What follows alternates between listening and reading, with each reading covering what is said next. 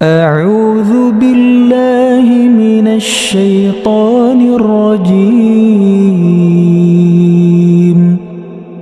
بسم الله الرحمن الرحيم.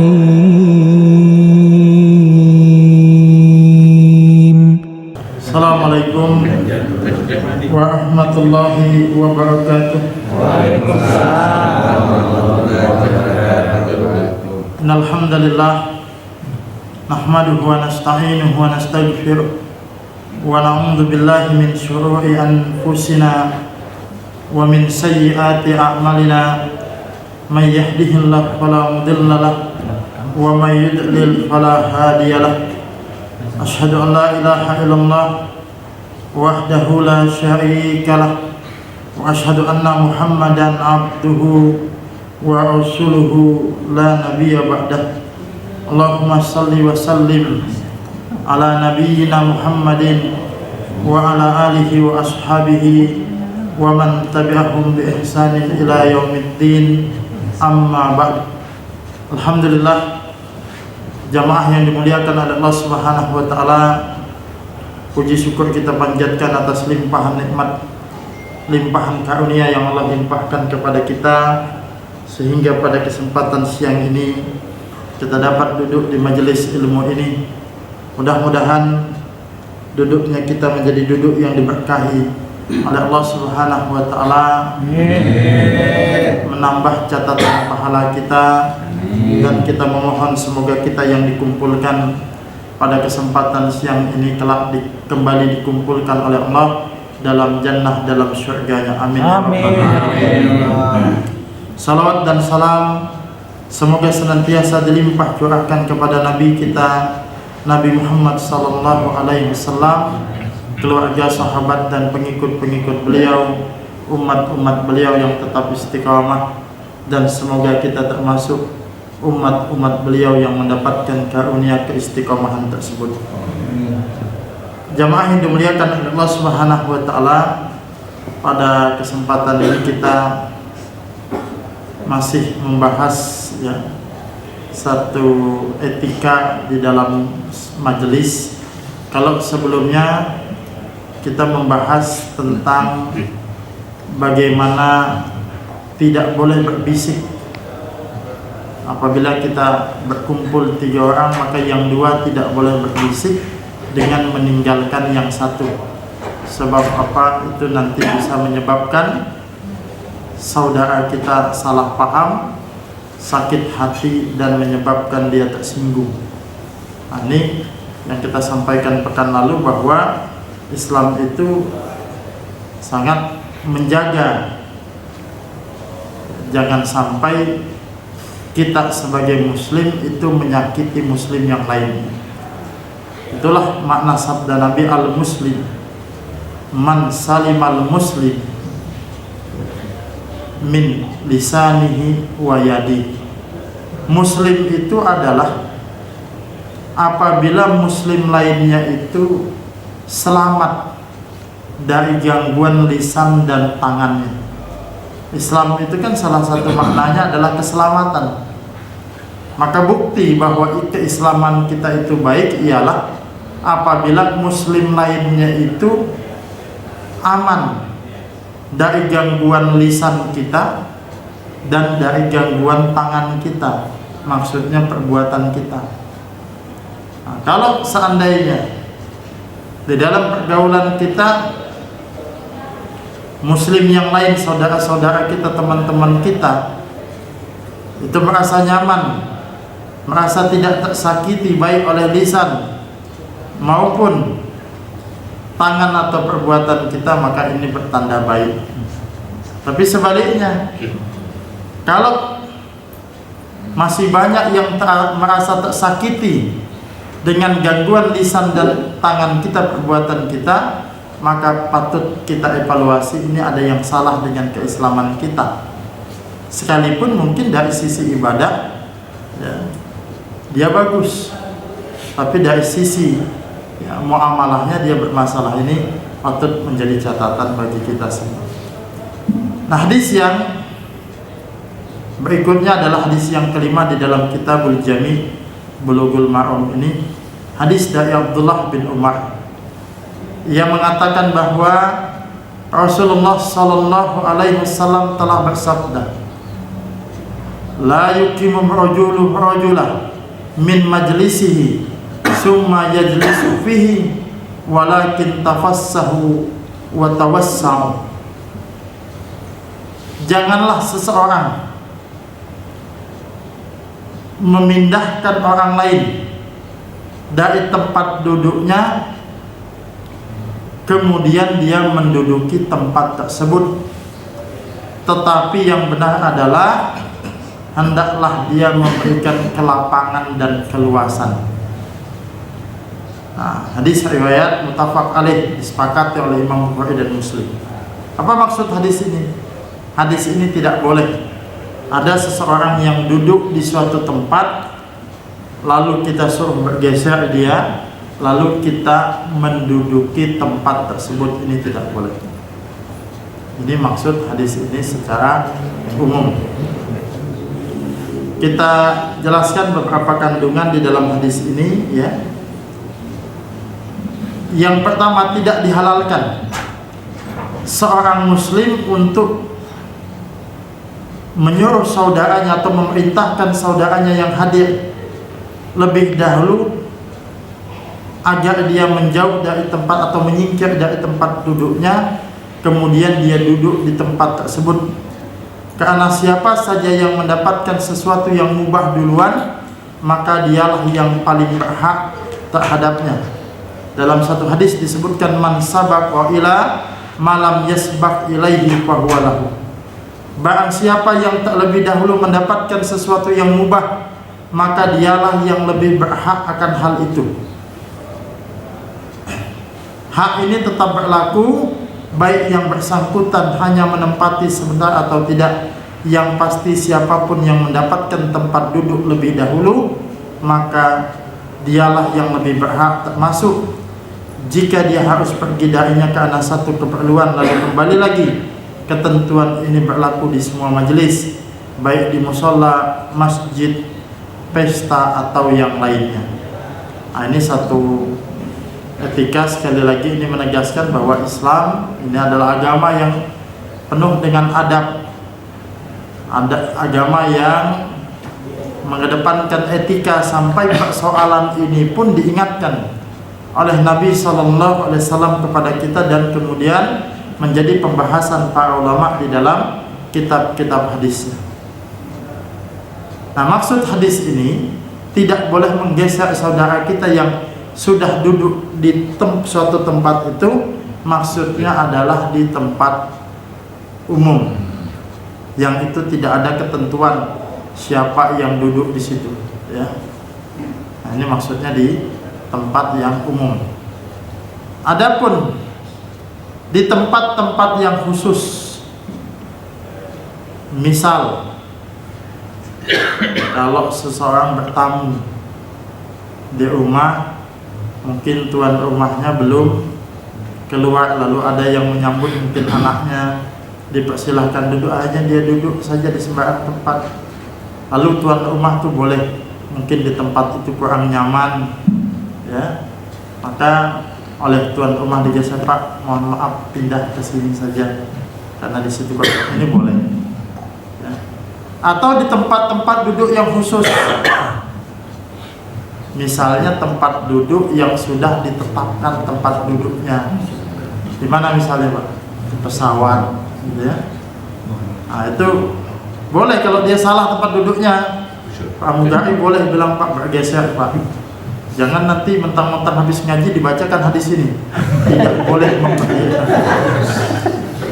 ya, tidak boleh menyuruh orang menjauh, gitu ya. Itu sudah ada ketentuannya. Kan tuh ada kisah tuh, Pak, orang kampung katanya kan, ya. Banyak ini versi kisahnya itu banyak. Dari setiap suku ada, ya. Tuh yang dari orang Bugis juga ada. Orang kampung naik pesawat, ya, naik pesawat, ya, disuruh digeser sama pramugari, tidak mau dia. Pindah, Pak, Bapak tempatnya di belakang. Ditanya, kamu siapa memangnya? Saya pramugari, Pak. Pramugari itu apa? Yang melayani, pelayan aja sombong katanya gitu. Rupanya pilotnya hanya turun tangan. Bapak salah tempat duduk, Pak, Bapak di belakang. Ya. Kamu siapa? Pilot. Pilot itu apa? Ini yang mengendalikan. Oh, supir aja sombong katanya. Nggak ada. Rupanya ada temannya. Ditanya, Pak, sampai mau kemana, Pak? Saya mau ke Jakarta. Nah, salah di sini, Pak, turunnya di Bone, Pak. Yang tujuan Jakarta duduk di belakang, Pak. Coba ngomong dari tadi. Akhirnya mundur dia, Pak. Anekdot aja ya. Ya ini apa, selingan saja. Nah, jadi kalau yang punya tempat-tempat khusus begitu, atau dia rapat sudah ditetapkan, ya, ada ya, tempat duduk bagian ini di sini dia salah tempat, itu boleh untuk menggeser semacam itu.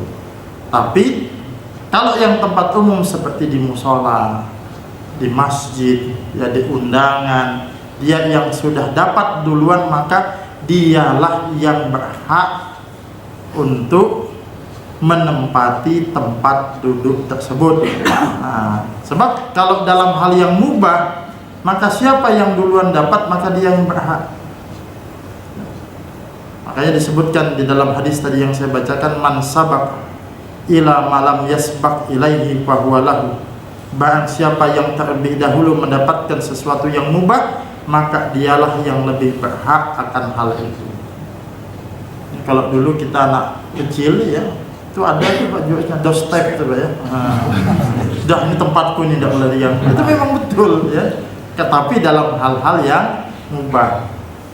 Di sini disebutkan juga, baik dia itu ya meninggalkannya sementara waktu karena ada kebutuhan, maka dia yang masih berhak di tempat itu. Misalnya Jumatan, ya, Jumatan.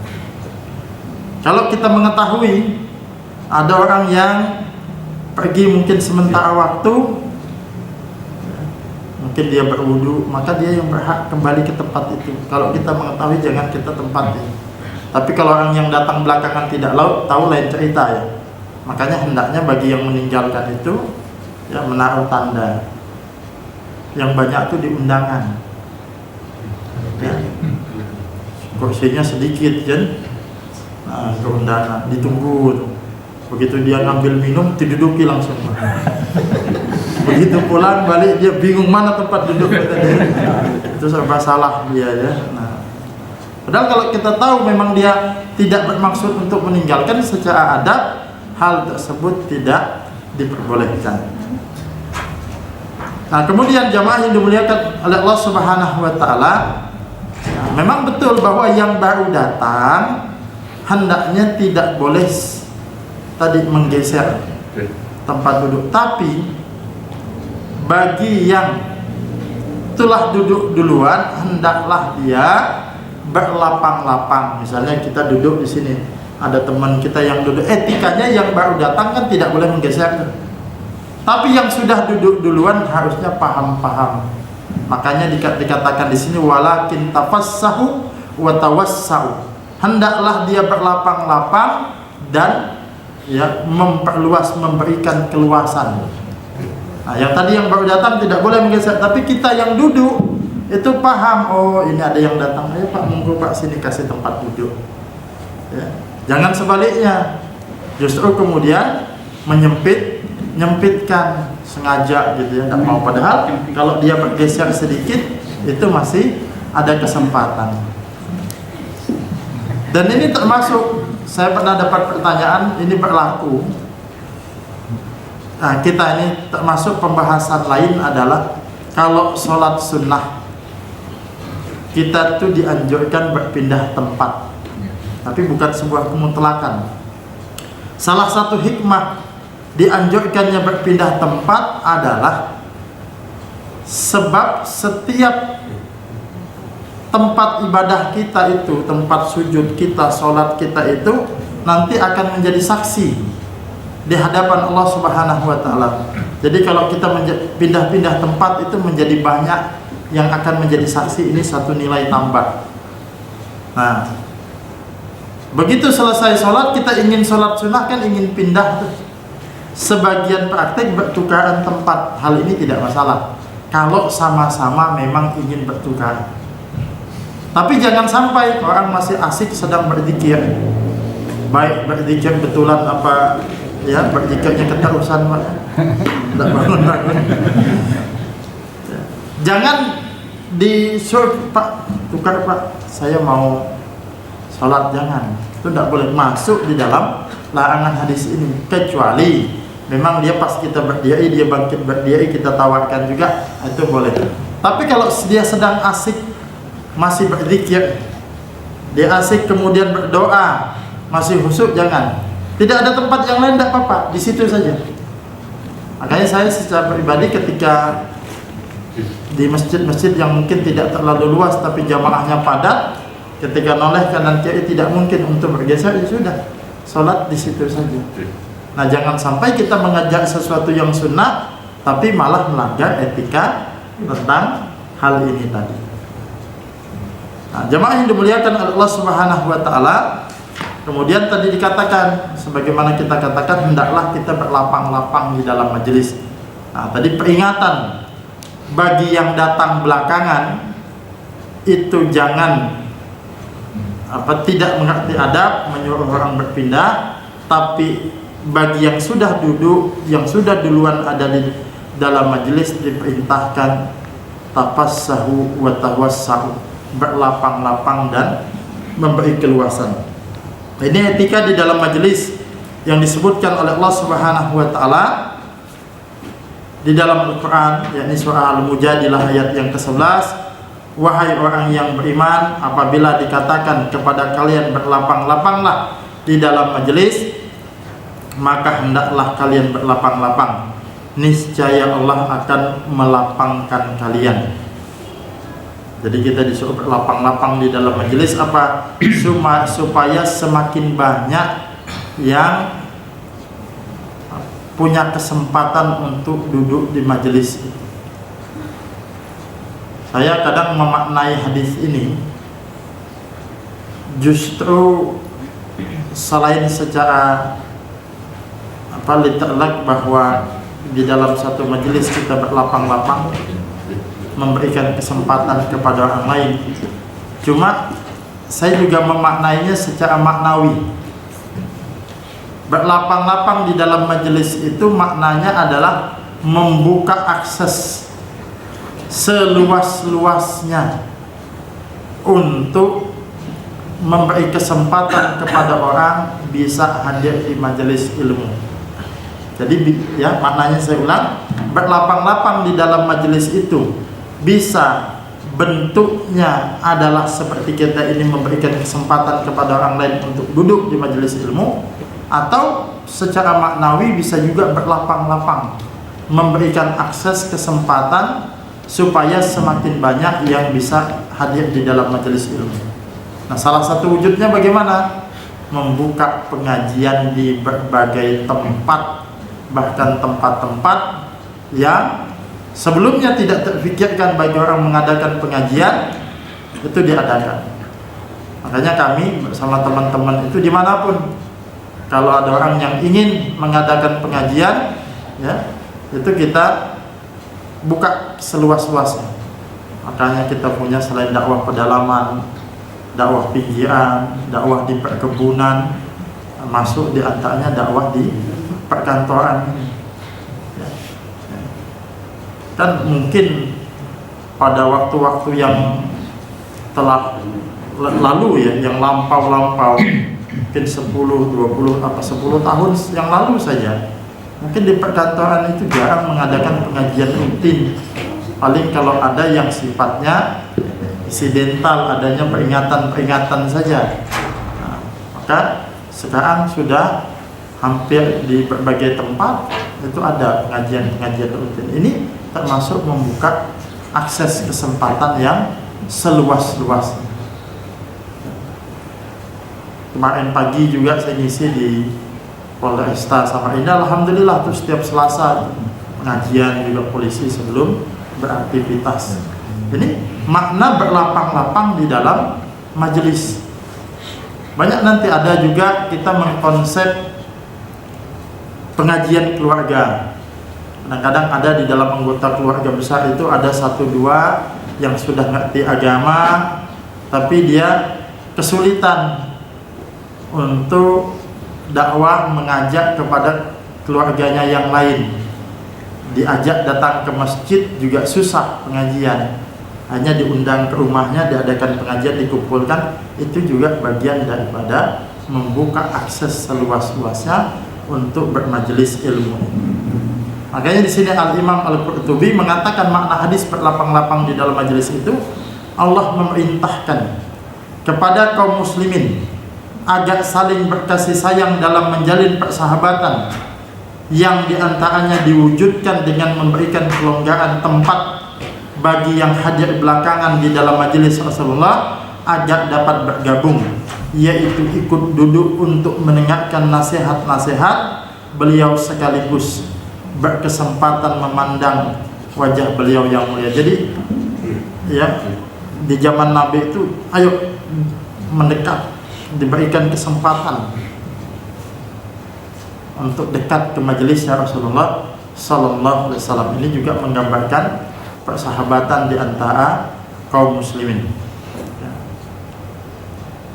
Ini jamaah yang dimuliakan oleh Allah Subhanahu wa taala.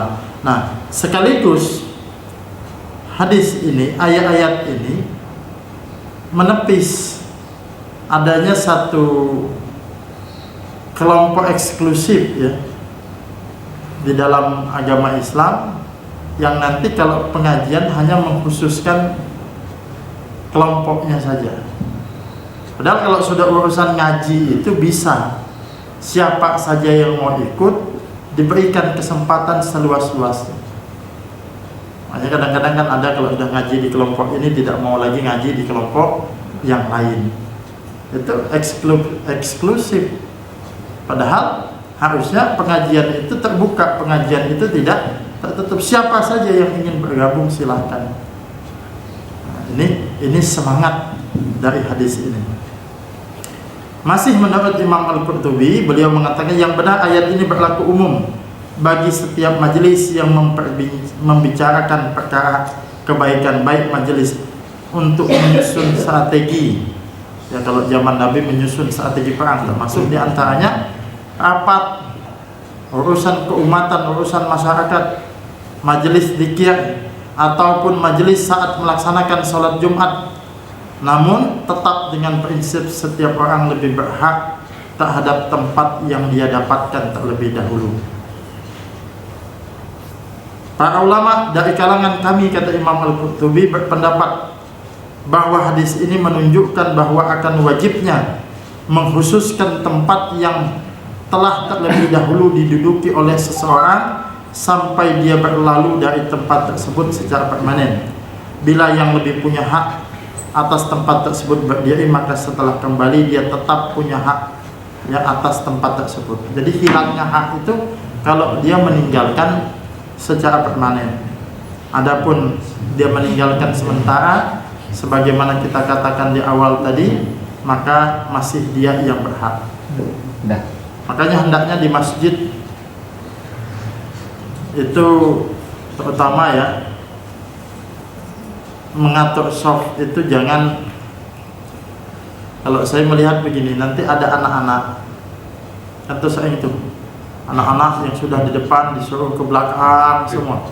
Kalau nanti tergantung, kalau dia mengatur shaf itu dalam rangka mungkin kemaslahatan supaya anak ini kita ketahuan ya ribut ya, lalu diaturlah satu di ujung satu di belakang supaya jangan berkumpul ribut, maka hal itu tidak mengapa. Tapi kalau menganggap nanti misalnya anak muda, apalagi anak yang sudah SMP itu sebenarnya sudah dewasa, itu nanti disuruh ke belakang jangan di depan, itu tidak boleh. Itu masuk di dalam hadis ini. Atau anak yang bersama dengan orang tuanya yang bisa menjamin atau bisa menjaga jangan anaknya tidak ribut, maka itu tidak boleh, harusnya kita suruh dia ke belakang. Bahkan harusnya anak-anak itu jangan dikumpulkan semua di belakang. Kalau dikumpulkan belakang semua, apa yang terjadi? Ribut dia ya. Paling bagus sebenarnya adalah kalau bawa anak itu, anaknya di samping orang tuanya. Nanti kalau mau main selepas sholat nanti dia, itu paling bagus. Yang repot itu kalau anaknya ke masjid, orang tuanya tidak ke masjid. Yang repot. Tapi bisa ada satu kondisi ya, anaknya ke masjid, mungkin orang tuanya sedang tidak di tempat, di masjid lain atau di lain tempat, itu mungkin yang dikondisikan. Nah, jadi bagus kalau anak itu ke masjid, tapi hendaknya diatur.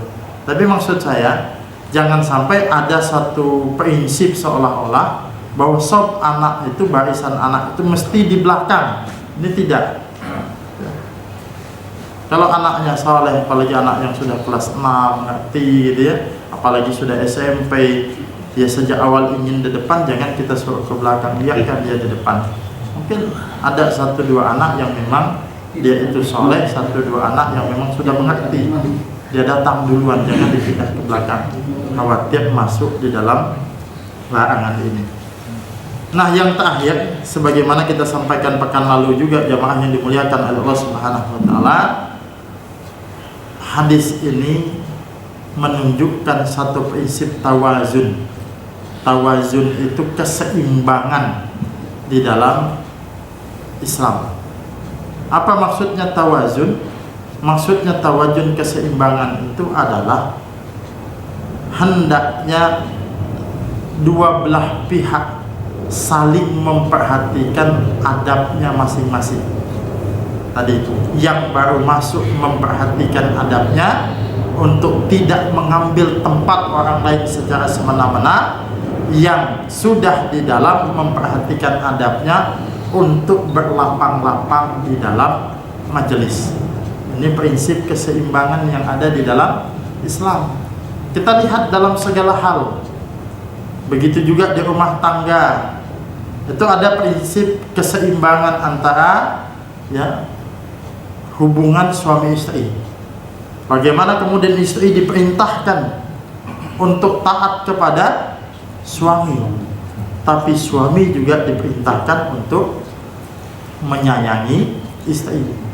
Nah, jangan kemudian yang menuntut itu salah satu pihak saja, jadi tidak seimbang. Ya, suami menuntut istrinya untuk taat, tapi sementara suaminya tidak pernah memberikan kasih sayang. Ini kan tidak seimbang. Coba aja lihat kalau di media sosial, misalnya apa ya, kalau ada tulisan misalnya dosa-dosa suami kepada istri, yang banyak nge-share itu siapa Pak? Istrinya tuh ya. Harusnya kalau gentle itu suami yang nge-share. Atau sebaliknya, dosa-dosa istri kepada suami, yang bersemangat untuk nge-share itu suami biasanya ya. Karena ingin masing-masing ingin mengarahkan itu kepada pasangannya masing-masing. Padahal harusnya dosa-dosa suami kepada istri itu lebih layak untuk dibaca para suami. Ini dosa-dosa suami dibaca oleh istri ya. Sementara istri tidak mau baca dosa-dosa istri, tidak mau dia. Maunya dia baca dosa-dosa suami. Tuh kan? Nah, ini dosa 1, dosa 2, dosa 3 ya. Begitu juga sebaliknya suami. Wah, ini kedaliman istri kepada suami. Nah, yang baca suami. Padahal maksud saya, ayolah para suami ini supaya prinsip tawazun tadi jalan. Suami baca apa sih yang merupakan bentuk kedaliman suami kepada istri, baca. Istri juga begitu, muhasabah. Apa sih bentuk yang paling banyak terjadi dosa-dosa istri kepada suami, sehingga terjadi prinsip keseimbangan dalam semua hal, karena pasti ada hubungan itu, hak dan kewajiban itu. Contoh lain misalnya adalah kita diperintahkan untuk memuliakan tamu. Makanya di dalam sebuah hadis itu Nabi bersabda, man kana yu'minu billahi wal yaumil akhir falyukrim dhaifah.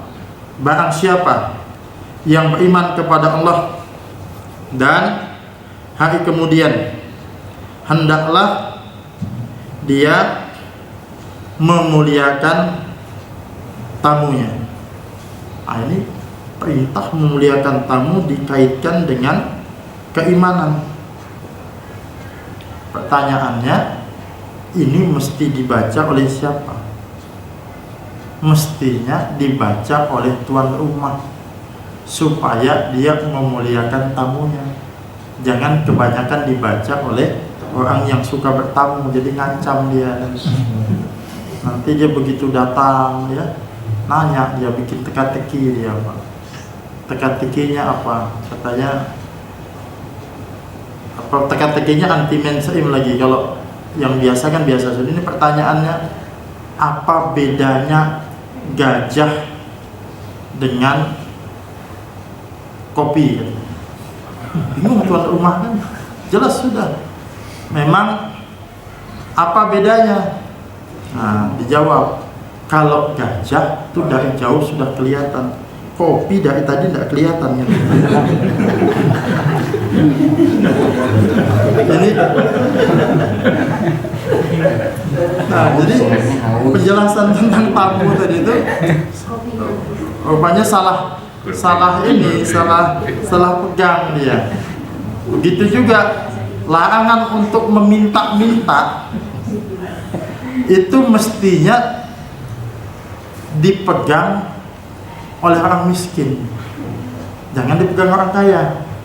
Nah, minta-minta, kamu ini belum tahu ya hadis larangan meminta-minta itu.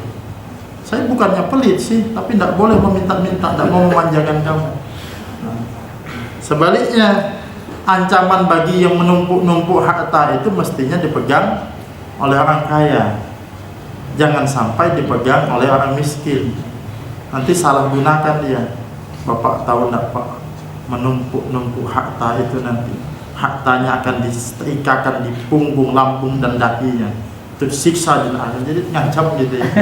Nah, ini maksud saya, prinsip tawajun itu sangatlah penting dalam segala hal, dalam segala hal. Nah, termasuk hadis ini salah satu bentuk tawazun, bentuk prinsip keseimbangan antara yang baru datang di dalam majelis dengan yang sudah terlebih dahulu di dalam majelis. Mungkin itu jamaah yang dimuliakan oleh Allah Subhanahu wa taala yang bisa kita sampaikan satu hadis ya. Nanti insyaallah pada pekan-pekan selanjutnya kita akan melanjutkan hadis-hadis yang lain. Kita buka sesi tanya jawab seperti biasa. Sesi tanya jawab tidak mesti berkaitan dengan tema pembahasan kita ya. Boleh tema-tema lain dalam pembahasan ya, ruang lingkupnya agama, baik fikih, akidah, silahkan kalau ada memang yang ingin ditanyakan. Ya, silakan. Assalamualaikum warahmatullahi wabarakatuh. Mungkin terkait tadi Ustaz, jadi kira-kira beberapa waktu lalu kan ada tablik akbar tuh Ustaz di Islamic Center. Kita sengaja datang sebelum subuh karena tabliknya itu setelah subuh. Kita duduk di depan, digeser sama panitia karena katanya nanti buat pejabat-pejabat. Itu gimana Pak Ustaz? Yang pertama. Yang kedua, itu tadi soal pengantin ya, perkawinan ya, ada walimah itu Mas. Nah itu banyak sekali sekarang fenomenanya masyarakat tidak pakai kursi atau kursinya sedikit. Nah itu bagaimana yang benar menurut Islam Pak Ustaz? Waalaikumsalam warahmatullahi wabarakatuh. Ya baik ya. Nah bagaimana? Nah sebenarnya kalau kita ingin konsisten itu termasuk larangan di dalam hadis ini. Nah, kalaupun ada satu dua yang mau dikhususkan mungkin bisa, tapi sejak awal jangan sampai orang sudah menduduki tempat itu, dan itu pun tidak terlalu banyak. Ya mungkin ada pejabat yang hadir, Pak Gubernur mau hadir, kan susah juga nanti kalau dia sambutan, dia datangnya terlambat, dia di belakangnya Islami sana, sambutan dari Bapak Gubernur baru datang, bapaknya jalannya, nah itu kan susah. Tapi tidak usah kemudian terlalu banyak. Nah, dan hendaknya itu diberitahu sejak awal sehingga orang tidak terlanjur duduk di tempat itu. Misal kalau dalam sholat Jumat masih dalam wajah itu ada imam, ada apa atau khatib atau muazin ya, dikasih, dan orang udah paham akhirnya orang tidak menduduk itu, sehingga nanti tidak perlu ada penggeseran itu. Sebab kalau sudah terjadi penggeseran itu yang kemudian ya secara hubungan ya pastilah, saya yakin pasti agak gimana gitu ya, apalagi sudah berjuang untuk datang sebelum subuh, maju di shop depan. Harusnya ini masuk di dalam larangan hadis ini. Maka ini juga menjadi catatan kita kalau nanti mengadakan kegiatan-kegiatan, ya cukuplah yang memang berkepentingan untuk acara itu ya perlu di depan, tapi yang tidak berkepentingan hanya pengiringnya saja itu biarlah di belakang saja, itu tidak mengapa.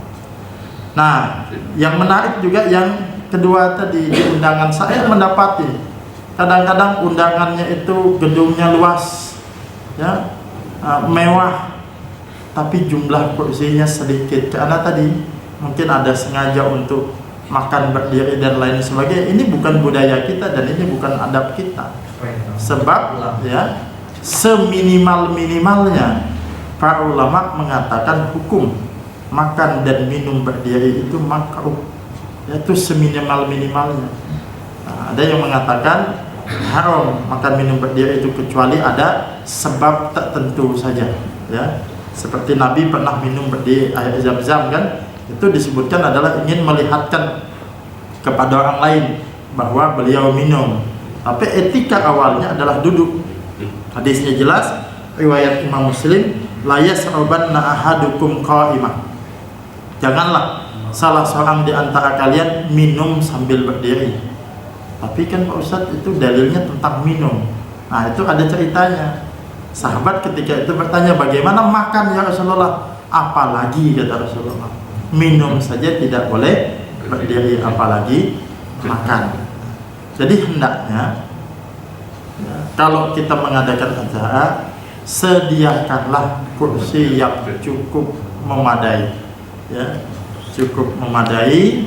Kalau kita merasa bahwa acaranya ini banyak, mungkin jumlah kursinya yang lebih banyak. Walaupun mungkin yang tadi yang pakai meja-meja tertentu itu tidak banyak, tapi yang pakai kursi. Termasuk saya tuh paling kesulitan nanti kalau undangan ya, tidak ada tempat duduknya, kan serba salah, jongkok juga salah, duduk di lantai serba salah, tidak pakai kursi jadi tidak biasa, yang kedua juga tidak enak dilihat orang begitu. Nah, jadi ini ya patut jadi diperbanyak. Ada beberapa yang bagus saya lihat ketika di dalam gedung, misalnya dia kursinya ditaruh ya dengan yang cukup, tapi nanti di sisinya disediakan lagi kursi yang jumlahnya banyak, sehingga kalaupun di dalam gedung ini penuh, orang bisa ke sampingnya, di situ masih bisa leluasa. Nah, jadi tetap perhatikan adab kita, sekalipun mungkin bagi sebagian orang itu sudah biasa makan sambil berdiri, makan berjalan begitu ya, itu mungkin biasa, tapi kita tetap memegang gaya hidup kita, adab yang diajarkan di dalam Islam ya. Allahu a'lam bishawab. Silakan ya. Yang senior dulu. Dua ini. Oh yang muda. Silakan. Pak Ustadz, terkait tadi yang anak-anak tadi Pak Ustadz, ya. Kalau kadang-kadang kan ada anak-anak yang sudah pandai lah, sudah agamanya sudah pandai, tapi masih kecil, belum sunat kayak gitu, apakah dia tidak kotor, diizinkan aja untuk di depan gitu, biasanya kadang-kadang udah dianukan. Terus ada satu lagi Pak Ustadz, yang di luar konteks terkait ini, darah kan najis Pak Ustadz ya. Bagaimana kalau kita tidak sadar, misalnya ada gatal gitu di belakang, mungkin kita tepuk sekalinya darah banyak gitu, apakah batal kita? Terus makanan misalnya Pak Ustadz, di makanan itu kadang-kadang kita beli mungkin jajan makanan gitu kan, sekalinya kadang-kadang di masakan itu tuh di daging atau di ikan atau masih ada darah di itu, apakah itu sudah haram untuk kita makan atau gimana Pak? Ya. Baik ya. Yang pertama anak-anak, saya juga belum mengetahui, ada beberapa ustadz yang mengatakan bahwa kalau belum sunat itu belum boleh, nanti bisa jadi pemutus shauf. Allah alam, saya belum menemukan apa alasan yang kuat untuk melarang hal semacam ini. Karena kalau kita lihat justru beberapa indikasi di zaman Nabi itu anak-anak itu ikut sholat berjamaah bersama Rasulullah, dan termasuk diantaranya anak-anak yang belum balik. Contoh ya, Rasulullah ketika sholat cucunya itu kan naik itu di punggung Rasulullah, itu belum balik itu ya.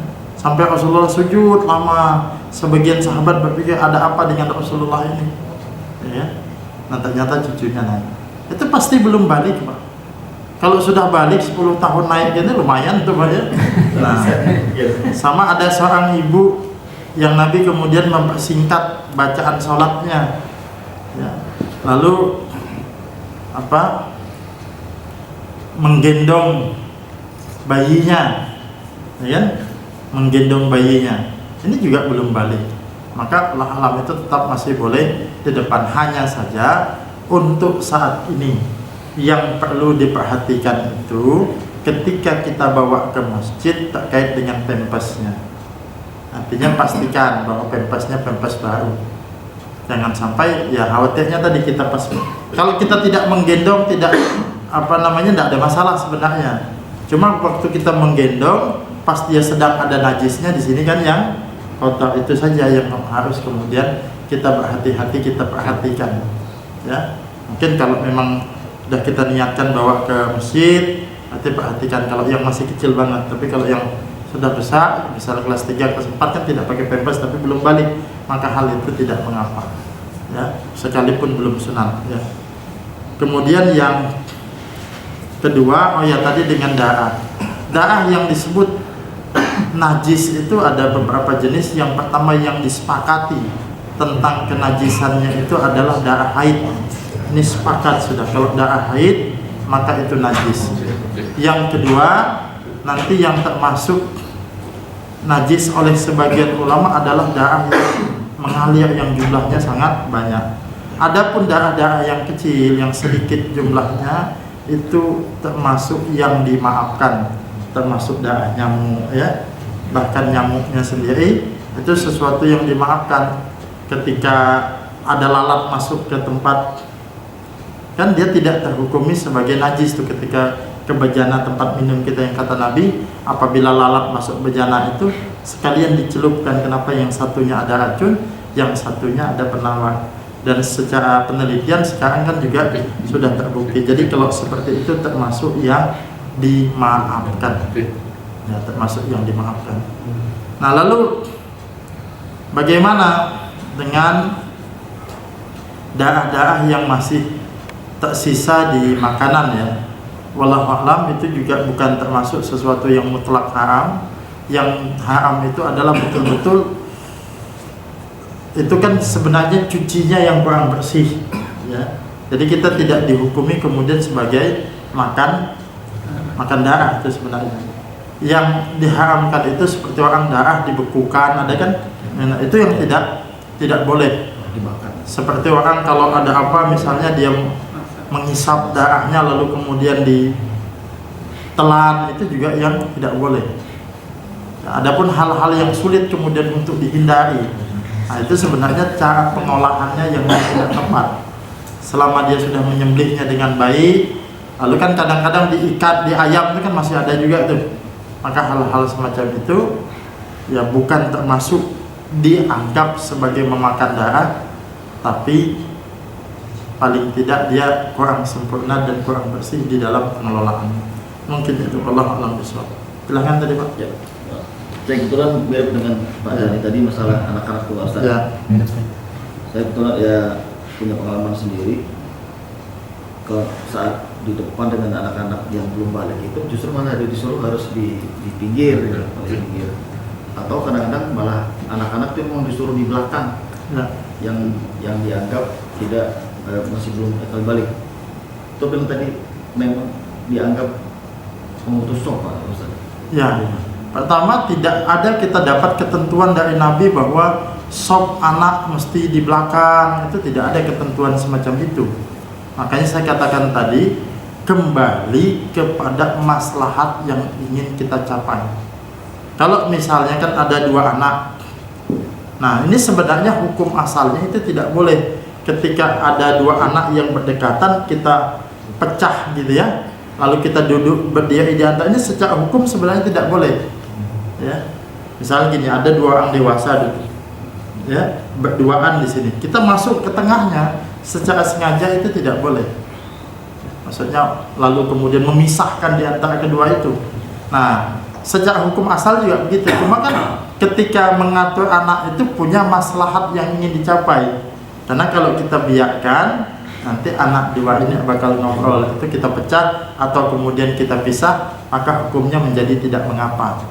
Nah, maksud saya yang jangan sampai itu adalah bahwa seolah-olah nanti ada satu anggapan bahwa sop anak itu harus kemudian di belakang, maka itu tidak boleh. Kalau dia sudah di depan duluan, apalagi tidak ada potensi untuk ributnya, anak itu tenang, bahkan tidak boleh kita menyuruh dia ke belakang, bahkan harus ada nilai pendidikan bahwa sop di depan itu lebih utama. Ini nilai pendidikannya. Yang boleh itu kalau tadi ada kemaslahatan yang ingin dicapai ya, oh ternyata ini mesti dipindah, mesti di ini, maka justru saya melihat kalau dia ditaruh di belakang semua dikumpulkan malah menjadi tidak maslahat, malah ribut, kecuali ada petugas yang bersedia untuk mengatur dan menertibkan mereka.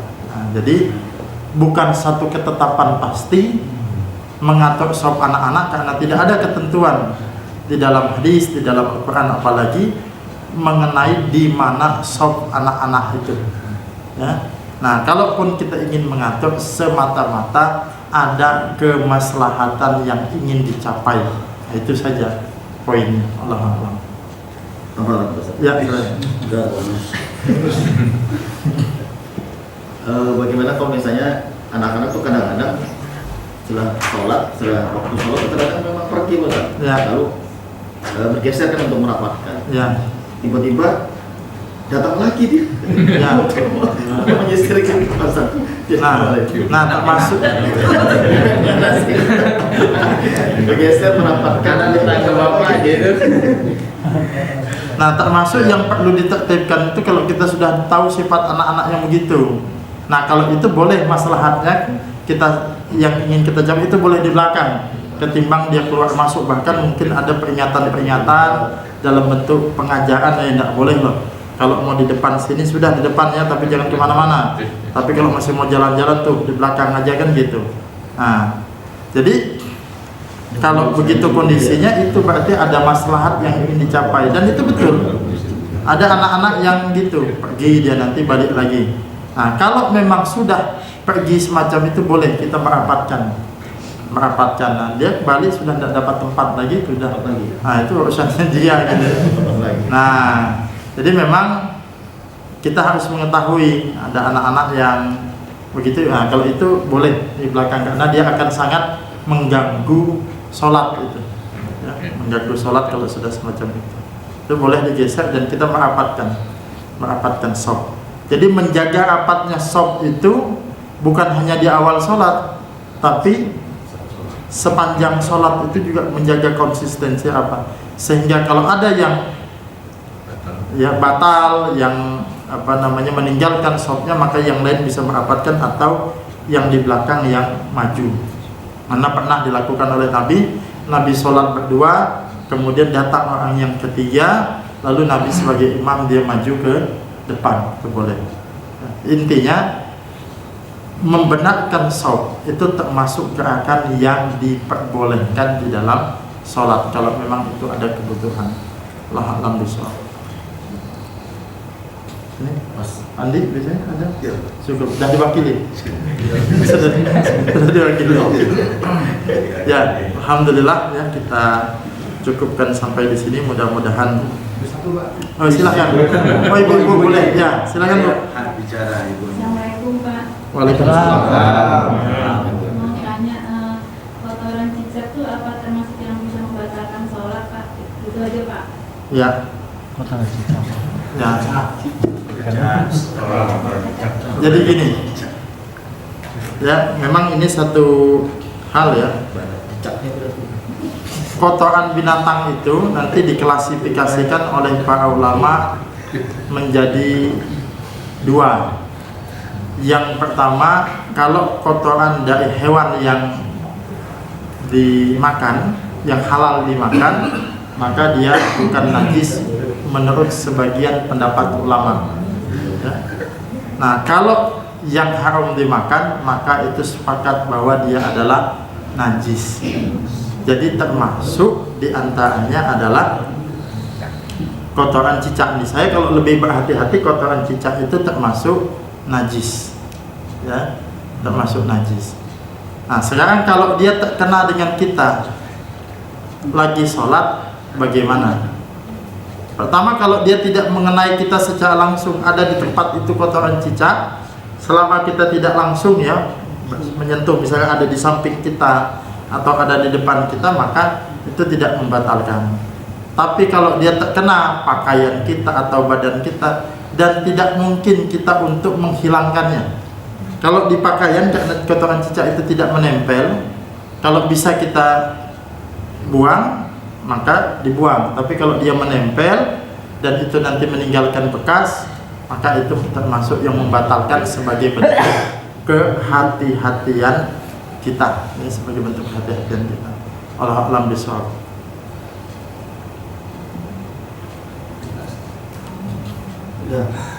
Nah, ya. Tanya apa lagi? Tadi sedikit saya tadi yang masalah darah tadi menunjukkan tidak najisnya kalau darah yang sedikit ya.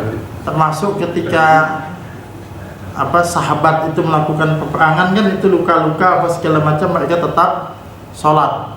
Bahkan ada sahabat yang justru ketika terpanah itu kan, Ali bin Abi Thalib kalau tidak salah, itu justru minta cabut panahnya itu saat beliau sedang sholat supaya tidak terasa. Ini menunjukkan bahwa sholat dalam kondisi terluka semacam itu juga sah. Jadi darah yang sifatnya tidak mengalir dalam jumlah yang banyak, maka hal itu tidak mengapa. Ya mungkin itu jamaah yang dimuliakan. Ada satu lagi sebenarnya. Ini sebenarnya masih nyambung masalah anak. Ya. Karena di masjid tempat saya banyak anak kecil. Ya. Nah, ada pertentangan. Yang pertama, kalau kita sholat itu nggak boleh ada orang lewat depan kita. Itu malah katanya kalau hadis yang kerasnya itu disebutnya malah iblis itu. Ya. Nah, anak-anak biasanya tuh sudah tahu dia kita kata tapi itu lari dari ujung ke ujung gitu. Nah, kalau kita larang itu maksudnya gimana hukumnya gitu? Ya. Maksudnya solusinya. Ya. Karena gara-gara kayak gitu aja tetangga kita ada yang nggak akur gitu. Ya. Dia nggak suka anak yang tegur gitu. Betul ya. Padahal menurut itu kan bertentangan tuh kan. Ada yang hadis mengatakan bahwa itu nggak boleh. Tapi di satu sisi karena dia masih anak-anak, Ya. dia lari-lari gitu di depan saf gitu. Ya. Umur 2 tahun. Ya. Baik ya, betul. Nah, pertama tentang hukum melintasi orang sholat, betul itu dilarang. Di dalam hadis disebutkan lebih baik dia menunggu selama 40. Tidak dijelaskan situ, tapi para ulama mengatakan 40 tahun. 40 apa tidak dijelaskan, tapi sebagian mengatakan 40 tahun. Artinya betapa besarnya dosanya. Seandainya menunggu 40 tahun itu lebih baik. Ini menunjukkan besarnya. Hanya saja yang perlu dijelaskan itu batasan larangan. Kalau dia sholat sendirian atau ketika sholat sunnah itu jelas tidak boleh lewat di depannya. Kalau sholat berjamaah, yang dilarang lewat itu adalah di depan imam. Adapun di depan makmum bukan termasuk larangan, sebab sutrah bagi sholat berjamaah itu, pembatas bagi sholat berjamaah itu adalah pada imam. Sehingga kalau seandainya ya ada orang yang batal, dia berada di saf depan, batal maka dia melintasi itu dia tidak berdosa. Yang penting tidak boleh melintasi depan imam. Nah, makanya kalau ada orang batal melintasi, kasih jalan, Pak. Seandainya tidak kasih jalan bahaya, jangan dihalangi, ya. Kalau kita sholat sendirian atau kita sebagai imam, ya, kalau kita sebagai imam itu kalau ada yang lewat boleh kita halangi, ya, boleh kita halangi. Bagusnya halangi itu begini, Pak. Kalau kita halangi begini takut dia nganggap salaman nanti. Ya. Kalau sholat sunnah juga gitu. Ya, sholat sunnah. Itu sholat sunnah kan kita sholat sendirian tuh. Nah, tapi mungkin problemnya tadi anak-anak itu bisa jadi juga pas kita sholat sunnah mari apa segala macam. Kalaupun misalnya tidak, ini kan cukup mengganggu juga. Anak-anak itu cukup mengganggu. Nah, ini menjadi problem memang bagi kita. Mau dilarang juga salah, mau dibiarkan juga sangat salah. Maka harus ada ya pendekatan persuasif dari pengurus masjid. Pertama, mengingatkan orang tua supaya mendampingi anaknya. Tapi saran saya supaya jangan tersinggung tadi, tidak mengingatkan individu per individu. Anak itu sensitif gitu ya. Nah, jadi tadi jajaran itu tetangga lagi dah. Ya, jajar ke masjid, tetangga dah akur tadi itu. Mestinya diingatkan secara umum bahwa bapak-bapak alhamdulillah, bahkan dipuji dulu. Ya, alhamdulillah di lingkungan kita ini banyak anak-anak yang rajin ke masjid. Mudah-mudahan ini nanti menjadi penerus-penerus kita. Karena kita ini semua sudah tua, anak-anak inilah masa depan kita. Hanya saja kita minta supaya kenyamanan kita sholat berjamaah, ya, orang tua hendaknya juga ikut membantu menertibkan anaknya. Ini pemilihan diksi kata ini penting. Sebab kalau sudah kita marah, udah kalau ndak bisa diam, ndak usah ke masjid aja sekalian gitu ya. Nah, itu akan menimbulkan bekas. Jadi diingatkan begitu. Atau kalau ini memungkinkan, ketika anak tadi ada yang, biarkan anak itu sengaja dia itu, Pak. Kalau belum sholat kita suruh tertib dia, Pak, tertib ya, betul.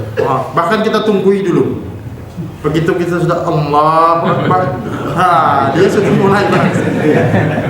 Kita tinggal kemudian hati aja sudah tidak busuk nih.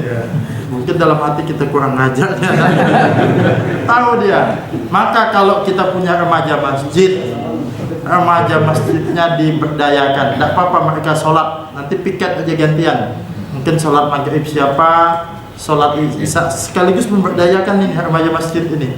Nah, itu dipiket remaja masjid. Nah, dia tidak sholat dulu, nanti dia sholat, tapi bagusnya berdua, supaya nanti dia tetap berjamaah berdua, ngawasi itu nanti. Setelah orang selesai sholat baru dia berjamaah, tapi jangan dia selalu, supaya dia tidak selalu ketinggalan berjamaah.